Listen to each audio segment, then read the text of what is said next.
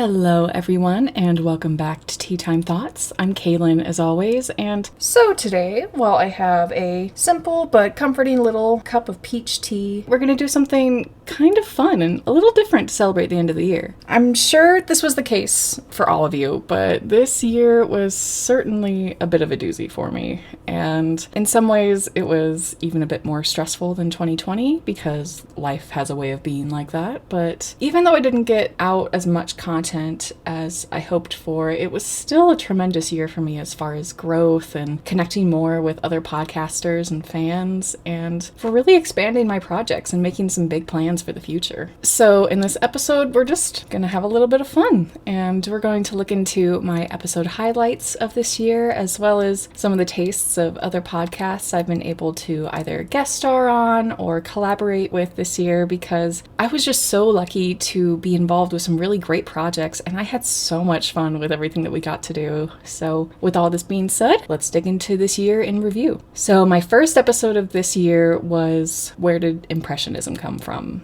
And I actually learned a lot from putting this episode together, because I will say, when it comes to history, art history isn't one of my main areas of expertise, but I find it so fascinating. I've met a lot of great people who've studied art history in the past, and one thing that I'd really like to do is study more of it in the future so I can provide some more interesting and more informative episodes for you guys. That being said, here are some of my favorite moments from this episode. Impressionism feels almost like a memory, or what you see when you're almost in a rush or just sort of watching things go by you in real time, but you're still sort of caught up in your own head of what you've got to do. When you're watching something happen before you in real time, you'll have a more vivid idea of it, but when you piece it together later, it might not be quite the clear recreation of what you've experienced, but the way you feel about it is still tangible. But even an 1830s camera captures an image way faster than someone who's painting an image. So landscapes, just snap a picture. Someone wants their portrait done, take a picture. I'm making these cameras sound way simpler than they actually are, but you get the idea. It's much easier to take a picture than to paint it, and the camera is going to get it right most of the times, especially in this time we had to be still for the camera, but the camera's going to get it right each time, whereas the subject of a painting is really at the mercy of a painter. You can commission any artist to paint a picture of you, but it doesn't always mean that it's going to look good. You know, I could easily go up to you and say, hey, for your birthday, I got an artist to paint a picture of you, and you'd be like, oh, great, that sounds really cool. And then you look at the finished product, and it's just somebody who painted a head of lettuce or a bunch of splats of mustard on a canvas. And then I say, oh yeah, by the way, by artist I meant sandwich artist. This is Doug from the local Subway. Happy birthday. I'm also not saying that people who work at Subway can't be artists. You guys go and achieve your dreams. I'll support you. That gives you an idea of how these artists, sort of just following after the original Impressionists or the Neo-Impressionists, we can see how there's room for expansion within the genre. And basically, when a lot of people think of Impressionism, they tend to group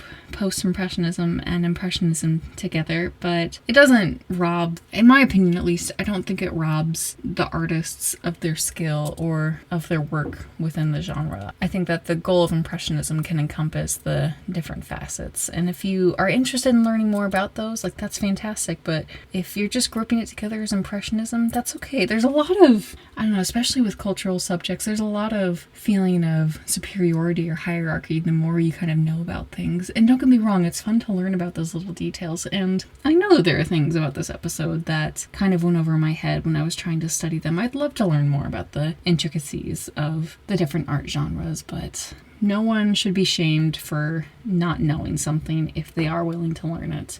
Willful ignorance, that's one thing, but if somebody doesn't know, they shouldn't be shamed for not knowing. You should be willing to be patient with somebody as they learn if they're showing an interest in something, because everybody has to start from somewhere. All right, and up next we have my favorite time periods. So this was just kind of a fun episode for me to talk about the time periods that really spawned my love of history, and sometimes I like to take a step back from the script and let you guys get to know me a little bit more. So again, that being said, here are some highlights from this episode. So one of the things I was able to buy with some of my points were a couple copies of some books from the Magic Treehouse series, and the first one I went for was, I think it was Monday with a Mummy, something like that, but I was super intrigued with Egyptian history, despite the fact that mummies themselves used to absolutely terrify me. I was deathly afraid of them, but I so wanted to kind of gather up my courage one day and be able to go and explore tombs. And I wanted to be something kind of like an archaeologist and discover King Tut's tomb, but there were two problems with that. First of all, I eventually learned this later. King Tut's tomb was already discovered because Howard Carter did that back in the early 20th century. And number two, I used to think because of Indiana Jones that...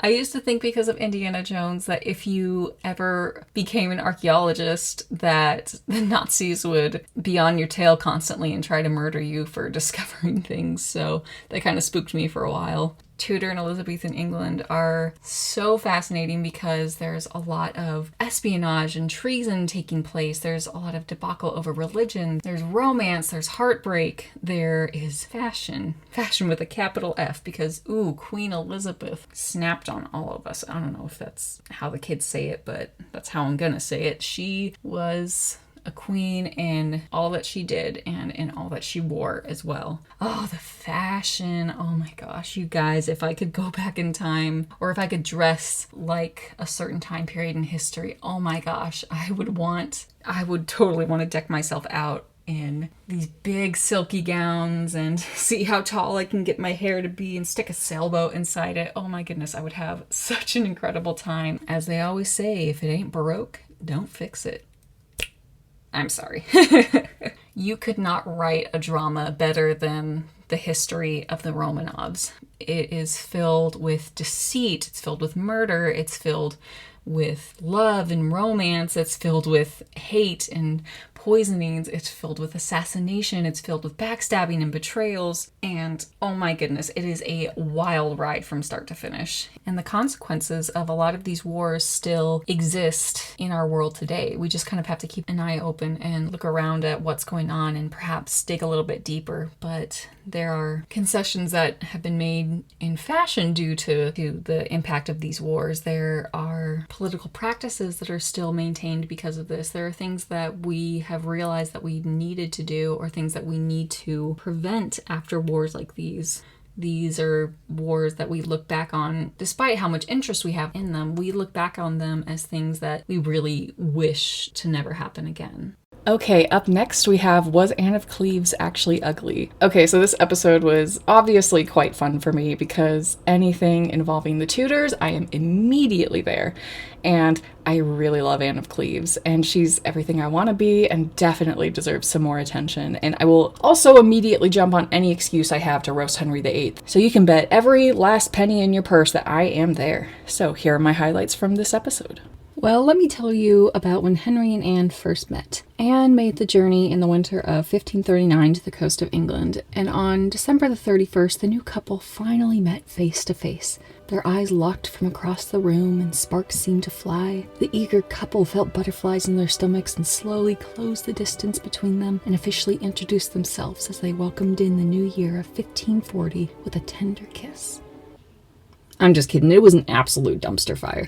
So poor Anne has been brought to a country where she doesn't speak the language. She's only spoken German at this point, so that's already going to make you uncomfortable if you're in a place where you don't speak the language. But the discomfort's only going to get worse because Anne is waiting at Rochester Castle and she's eventually going to meet King Henry when she goes to Greenwich. But Henry's feeling a little eager for his bride to arrive, so he decides to take a couple of his buddies and go to Rochester Castle. And this is the part that is just the kicker for me. Henry disguises himself as Robin Hood and he storms the castle with his squad and rushes up to Anne and kisses her. And the thought process behind this was definitely the old chivalry tradition. The thought was that Anne would be able to see past the disguise and recognize Henry as her true love, but oh boy, no, it did not go like that.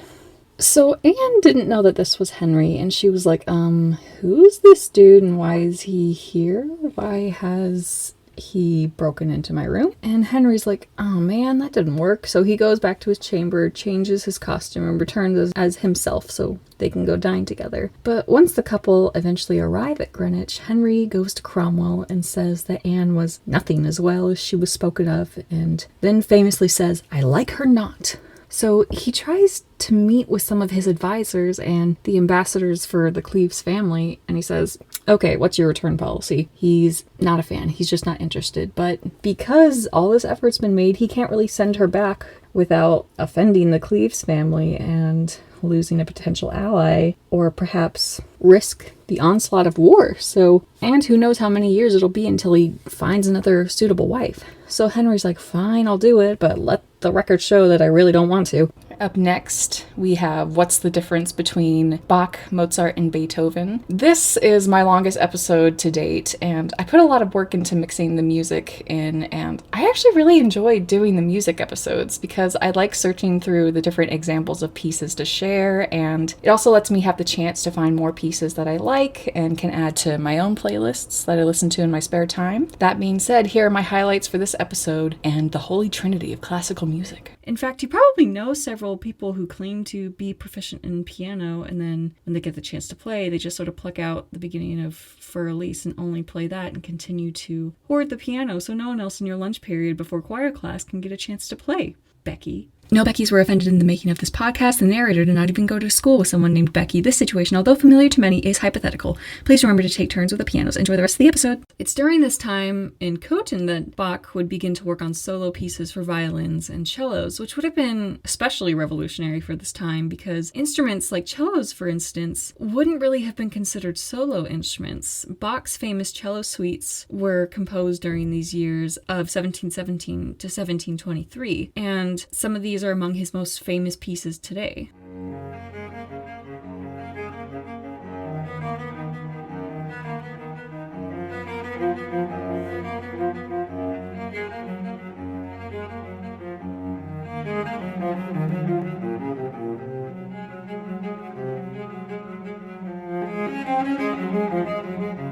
It's clear from the beginning that Mozart has a unique talent. They say that by the time Mozart was 3, he was plucking at chords on a piano. By 4, he was playing melodies. And by 5, he was composing. His first composed piece was a minuet in G major. And keep in mind, he was 5 years old when he wrote this. 5.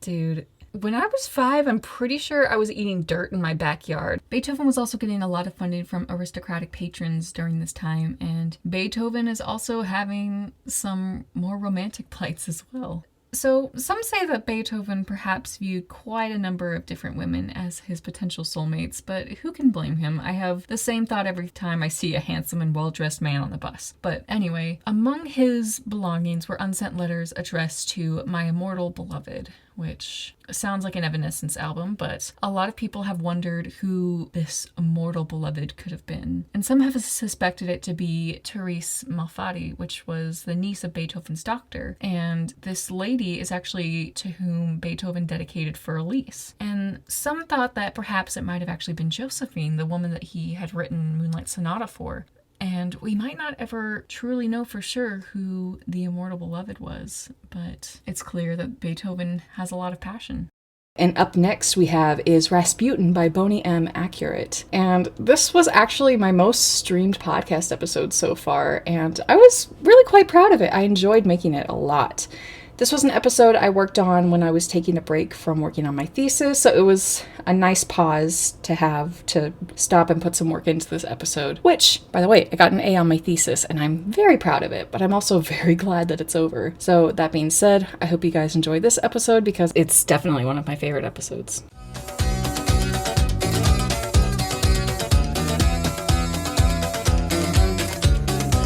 But the Kazachak, he danced really wunderbar. So a Kazachak is a traditional Russian dance, and it's one that I feel like people recognize when they see it, or it's one that they think of immediately when they think of Russian dancing. So it's when a person squats and kicks out each leg at one at a time, and they usually squat down really low to do it. You need crazy good quad strength to do this, and I've tried doing this before if you've ever played the Just Dance version of it, but it's tough. So if you've got really strong quads, maybe give it a try because it's a fun trick. trick you can show off to people if you can do it. So, for the queen, he was no wheeler dealer, though she'd heard the things he'd done. She believed he was a holy healer who would heal her son. Okay, so getting into depth about Alexandra and her views of Rasputin, again, she became very reliant on Rasputin for an additional reason, perhaps the most important reason for her, because she was absolutely desperate to heal her son, Alexei. Nicholas and Alexandra had to have a son in order to carry on the dynasty, even though there were plenty of relatives who would have likely been willing to step into that role, but having a steady lineage is pretty much the easiest way to avoid a messy line of succession. And before having a son, Nicholas and Alexandra had 4 daughters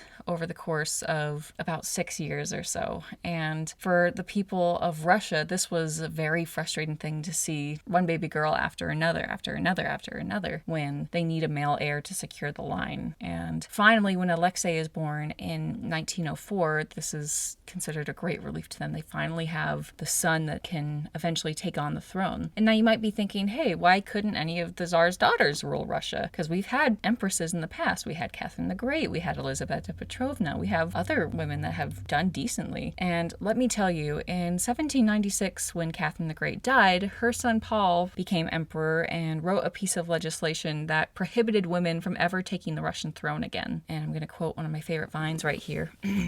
Way to go, Paul! Paul was kind of the worst.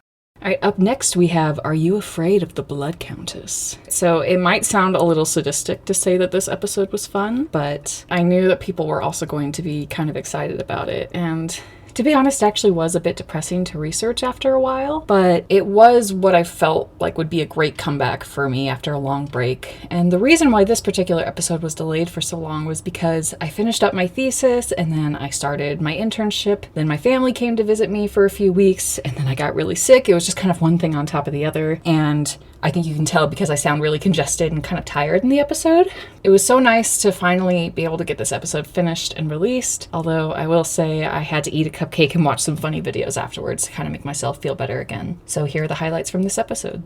During this time, it seems that young peasant women would go missing quite frequently, and there were very high rates of burials and funerals continuing in the area, but Elizabeth dodged any sort of suspicions. She said that she took great care of those under her domain, and during the time, it was common for people to die due to disease at a pretty high rate. But even these rates seemed to be alarming, and disease was usually the excuse that Elizabeth used. She even attended multiple funeral services, so she looked like this caring, grieving mistress of the house. But at this point, rumors were starting to spread about strange happenings within the castle.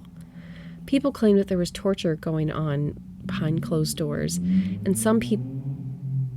Vroom vroom, Mr. Motorcycle Man. However, it was supposed that Franz would actually forbid his wife from killing the young girls that she would torture. But by the time of his death in 1604, Elizabeth didn't have anybody to act as her impulse control, and the numbers of death in the area would just skyrocket. In the beginning, descriptions of torture were, although still terrifying, much smaller. Elizabeth was said to stick needles into women's lips and under their nail beds. When she would inject the needle underneath a girl's nail bed, and the girl obviously cried out in pain, she would ask if they would like to remove the needle. And thinking, obviously, yes, you'd want that taken out. After the needle was removed, she would cut the finger off entirely. She would also burn her victims or cut them or use physical violence like biting, slapping, and kicking. But as Elizabeth grew older, in an age where people died quite young, and supposedly as her mind began to weaken, she seemed to act in a desperately violent sort of way. But one thing that always continued to motivate Elizabeth was her desire to maintain her beauty, or supposedly. It was said that Elizabeth one day slapped a servant so hard that blood splattered onto her face, and she noticed that as she wiped it, her skin looked remarkably well. Side note, please, for the love of all that is holy, do not try this at home. This was just what Elizabeth thought, apparently, and this probably isn't even factual to Elizabeth's story. But anyway, this is not a suggestion or me condoning any of this. For legal reasons, just in case somebody decides to be crazy, I don't want to be blamed for anything. Please don't do this. Please just use retinol serums or something, or just embrace aging because it's a normal thing. No blood. No blood. I mean it. Don't do it. All right, and up next we have the infamous Great Gatsby episode. How great is the Great Gatsby? Yes, this is my infamous episode, the one that I procrastinated and kept promising for basically forever. And I was worried this episode would sound a bit like I was hamming it in, but I got a very lovely message from a friend saying how much she enjoyed it. So Chloe, shout out to you. I love you, darling. You guys actually might remember Chloe. She guest starred on the episode of Jojo Rabbit. And I really need to get her back on. It's been far too long. And she is absolutely fabulous. And she has an amazing account too called Circles of Japan, where she posts different photos from Japanese art and nature. And it's just very aesthetically pleasing. So do check that out. She's absolutely fabulous. Anyway, here are the highlights from the Great Gatsby episode. So even though Gatsby is trying so hard to rise up, he's still nouveau riche. And he's being judged because of his birth, even though he's in a system where supposedly there are no class distinctions and everyone can be whatever class they aspire to be. There are still these unspoken barriers that prevent any true progress. And Pearson points out how F. Scott Fitzgerald's portrayal of the American dream is different because it displays the dream with more pessimism and possibly more realism. Pearson says with his final line, quote, "The American dream is, in reality, a nightmare," end quote. All right, and then my last official episode of this year was Is Spencer a Royal Disaster? So if my Rasputin episode was my project of love and passion, then Spencer was my project of hate and fury, because I did not like this movie. I didn't like it. But honestly, doing a rant review was a lot of fun. But I can't really say whether or not you guys thought the same, because according to my YouTube channel, this is actually my most disliked video to date. And again, this was just my opinion, as always. I like hearing the opinions you guys have to offer as well. And that being said, here are the highlights of my rant review. What's the game? They're just speaking like soldiers. They're just doing impressions. Like, what's the objective here? What's the game? Because they call it a game in the movie. Am I missing something? What's the game? Harry says it's silly, and William's like, oh, you're just saying that because you're hopeless at it. Like, how can you be hopeless at it? You're just talking. Are you telling me you're bad at talking? Come on. Then, back at the house, Diana dreams of Anne Boleyn, and I will give them props for using Anne's own poem that she wrote before her death, but I'd give them more props if they would have been more subtle about this stupid metaphor. So Diana goes over to her old house using the wire cutters and breaking her way in, and she sees how dilapidated...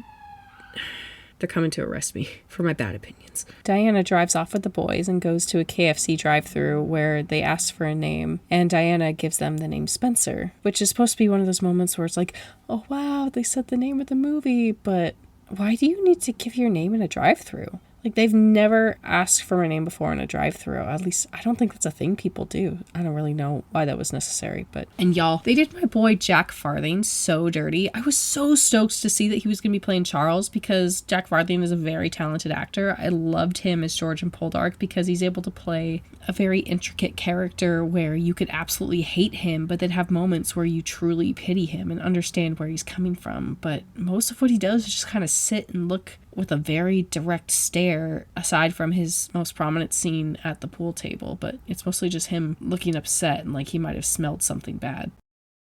Okay, so now that I've shared some of the highlights of my own episodes with you guys, I want to highlight some of the really cool and fun collaborations that I did this year. So this year I got to participate in a lot of different cool projects. One of them did involve a little bit more history, one was more relaxed and involved more girl talk and fun, and one was a scripted blend of film noir, murder, mystery, and comedy. And I'll get into that after this.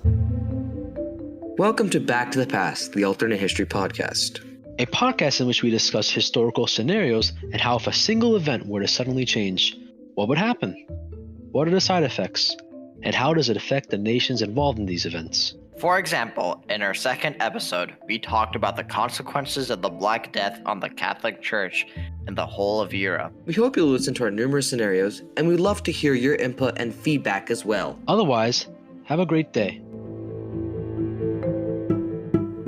And now, back to the story. So first up, one of my big collaborations was a podcast called The Midnight Snack. So if you follow my podcast page on Instagram, you've definitely heard me talk about The Midnight Snack. It was a joint effort with a lot of dear, lovely, and very talented friends of mine. We would meet about once a week during lockdown at the beginning of the year, and this was obviously through Zoom, and we would work on this podcast together, whether it was through scripting and practicing things and coming up with different ideas. And these meetings honestly kind of helped us keep our sanity during all these periods of quarantine. And it was so cool to see how our project grew together. And what's interesting too is if I had never started my Tea Time Thoughts podcast, I would have never been able to meet this group, because my friend Candace, she was the one that asked me to join when she heard that I had a podcast. And then I never would have been able to get to be part of something so incredible. So in the Midnight Snack, I played a character named Josie, who is a lot more fun and flirty than I am, if you ask me. And I had an absolute blast. And don't forget to stay tuned for season 2 when we bring in a new cast of characters and a brand new storyline. So that being said, here are some highlights of me as Josie in the Midnight. What are you up to? Baking competition doesn't seem like your kind of crowd. I'm investigating the death of the guest judge. I'm here to watch for suspicious activity. Oh, still working on your private eye thing? My podcast? Yeah. I'm almost at 1,500 subscribers, especially since the whole, murder incident. Wow, that's impressive. Speaking of, where were you yesterday at 5 p.m.? Are you interrogating me? Well, I have to cover all my bases. Well, okay. I was finishing up with my client, and getting ready for a date, actually. What? Oh, yeah, cool. It doesn't mean anything to me. Yeah, didn't think it did. Probably won't waste my time asking you on one tonight then, huh? Yeah. Wait, I don't know, Josie. I'm in the middle of an important investigation. I can't afford to get distracted right now. Oh, pity. I was just thinking a drink with you would be nice, but guess I was wrong. Bye then. No, yes. A drink would be great, actually. I wrap up here after the ceremony. See you after? Great. See you then. So, you gonna buy me a drink? Absolutely. Yeah. What are you drinking? I'll have what you're having. So, tell me more about your podcast. What have you found out so far? Well, I've interviewed some key players in the town. It's getting good, Josie. Really good. I have actually been thinking about starting my own podcast. I'd love to turn it into a TV show or something, but this way it's more likely to get produced. Oh, really? That's great. What's it about? Actually, I have a pitch recorder that explains it better. Here, I'll share it with you. Cool, I'll give it a listen. I can give you some pointers when mine starts to really take off, and maybe we could work on it together. I'm sure I could help you get it going. Sounds good. It's a crime you're still single. All right, so up next, my next collaboration was with the How to Survive Your 20s podcast. So from the Midnight Snack, I was actually able to meet and befriend both Joe and Jonah from How to Survive Your 20s, and we eventually discussed doing a collaboration because I really enjoyed listening to their podcast, and we talked about some really cool things that some historical figures did in their 20s, and we mixed it in with some fun chats and stories, and overall it was just a really good time. So if I can figure out a cool episode theme, I would love to invite them on my own podcast one day, but in the meantime, check out a couple of these fun moments from our episode together. And lots of people actually tried it, but it didn't work out. And I was reading through, a ton of people crashed. Some people actually crashed during takeoff, which imagine you're prepping for this big flight and you get up and you just underwater. Well, it's better than halfway across the Atlantic Ocean. So. Well, it's funny you bring that up because over to Paris. 33.5-hour journey. The thing is, you can't sleep either. It's just constantly mentally working. Autopilot. Crap! I haven't invented that yet. I was dreaming. Oh, there's the other pilot there. Oh gosh. Okay, so Mary Shelley was obviously the author of Frankenstein, but there's some interesting facts about Mary Shelley. Okay, you're kind of looking at. Sorry, I'm listening, Joe. I'm not. Just before, I'm just listening. Not used to it. Sorry. So. Oh, she was metal, super metal. So it makes sense, but 2 facts to prove that she was so metal, so to speak. I think I know where this is going. Okay, guess where she lost her virginity. I don't know. The graveyard? Yeah. On her mother's grave. On her mother's grave. No. parents should not be involved that closely with you. No, I know. It's so the first one was William Shakespeare. And I chose him because I thought it was because we in the Midnight Snack. So we're creative people. We created our own story. He created stories too. And he was... I can't believe you just compared us to William Shakespeare. It is. We're pretty similar. It's pretty similar. No, you have Myrtle. You have Lady Macbeth.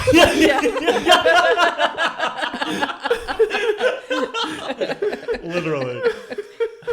But then I also found a fun fact. The reason he stopped writing plays and started writing sonnets was because of the plague at the time. And so the theaters shut down. Oh. They went into lockdown. They went into lockdown. And so that's why he started writing sonnets, because he didn't need people to perform them. He could just publish them.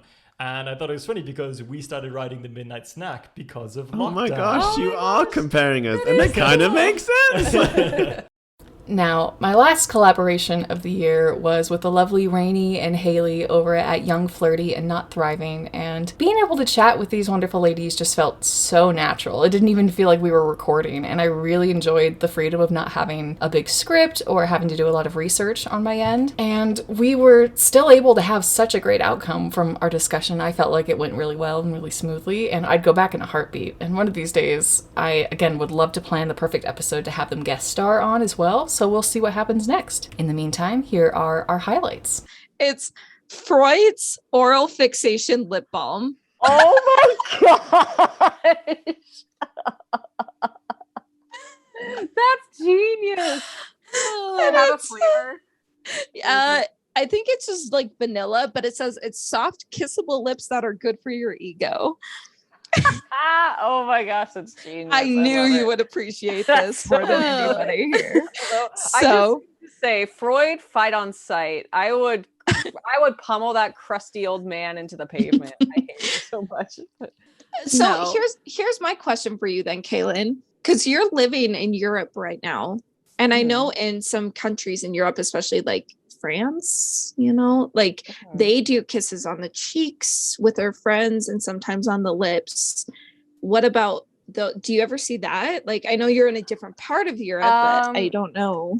I feel like England is almost a little bit more of a rare case, as in English people are just known to be very standoffish, and especially like I've, been on dates with some like English boys and stuff now, and it is very kind of standoffish. And it's funny because like you'll be like, okay, things aren't really going anywhere. He's not showing interest. And he's like, how could you not tell that I was like obsessed with you this whole time? And I'm like, he's like, didn't you see the way I looked at you? And I'm like, well, what, like that? Like.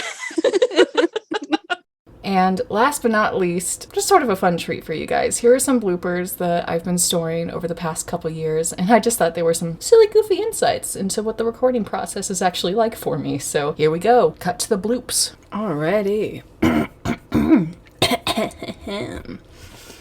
So you probably know this already, but his dang it. So we might... The audacity of me for not remembering to turn off my darn phone. Take 5, because I was too close to the mic. Do I even know what I'm doing? Probably not. The rise of the Art Nouveau movement. Yes. Yeah, hang on, I just need to pause this. Klimt actually specialized in architectural decoration. After I adjust, because this is very uncomfortable. We love filming under a desk. You've probably seen her in the BBC show. My foot's asleep. I need to readjust. This always happens. I record in my closet, so I get notifications like I'm popular or something. Wow. But my stomach agrees with me too. Okay, every once in a while I panic and think I'm not recording, but so something a bit more fun perhaps. So Papa John's, excuse me, the audacity. I appreciate the coupon, but leave me alone right now. And don't forget to tune in next week when I talk about... Hey, what are you going to talk about, Caitlin? Good question. I don't really know. And my foot's asleep right on cue. Can you all tell I'm rusty? Because I could use some WD-40, baby. Okay. For as much as I nailed the first name, I don't really remember how this one goes. So, what does Google Translate have in store for me? Nadezhdy. Give it to me, boo. Nadezhdy. Yep. So Elizabeth Bathory was born on the 7th of August in 1560 in the misty, swampy, forest-clad town of Nyírpator in Hungary. I'm gonna pause real quick to make sure I pronounce that correctly. I'm gonna pause real quick because I need to plug in. I'm gonna die. Was I talking about myself or was I talking about the laptop?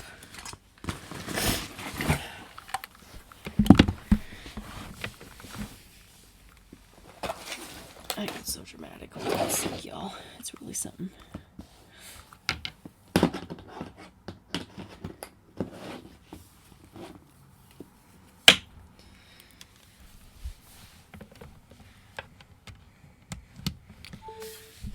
Whew, I sat up and now I am dizzy. Oops, my iron deficiency. Literally the second I turn my microphone on, the neighbors start doing yard work. All the doors in the house start to slam. Sirens go off in the background. I am but a humble girl with a $20 microphone trying her best.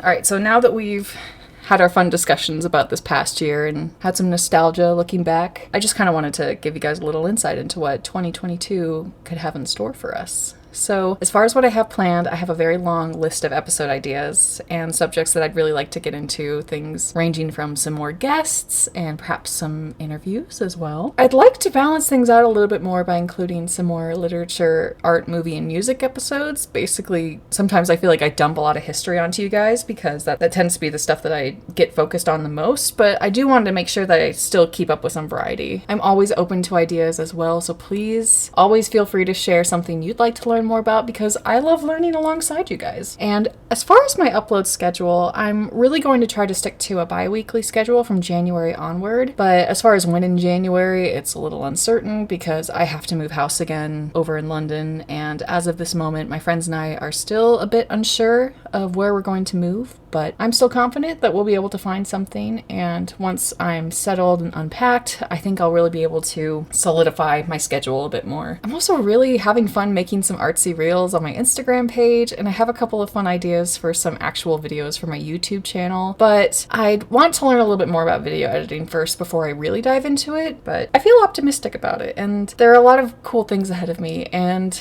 before I close off this last episode, I just really want to thank you guys so much for all that you do to support me, from your lovely messages, your questions, your requests, your follows, your listens, your streams, everything. I love being able to share my cups of tea and my fun facts with you. I hope you all have a wonderful year ahead of you in 2022, and I'm looking forward to all of our future Tea Time chats. That being said, I'm Kaylin as always. This is Tea Time Thoughts, and I'll talk to you guys next year.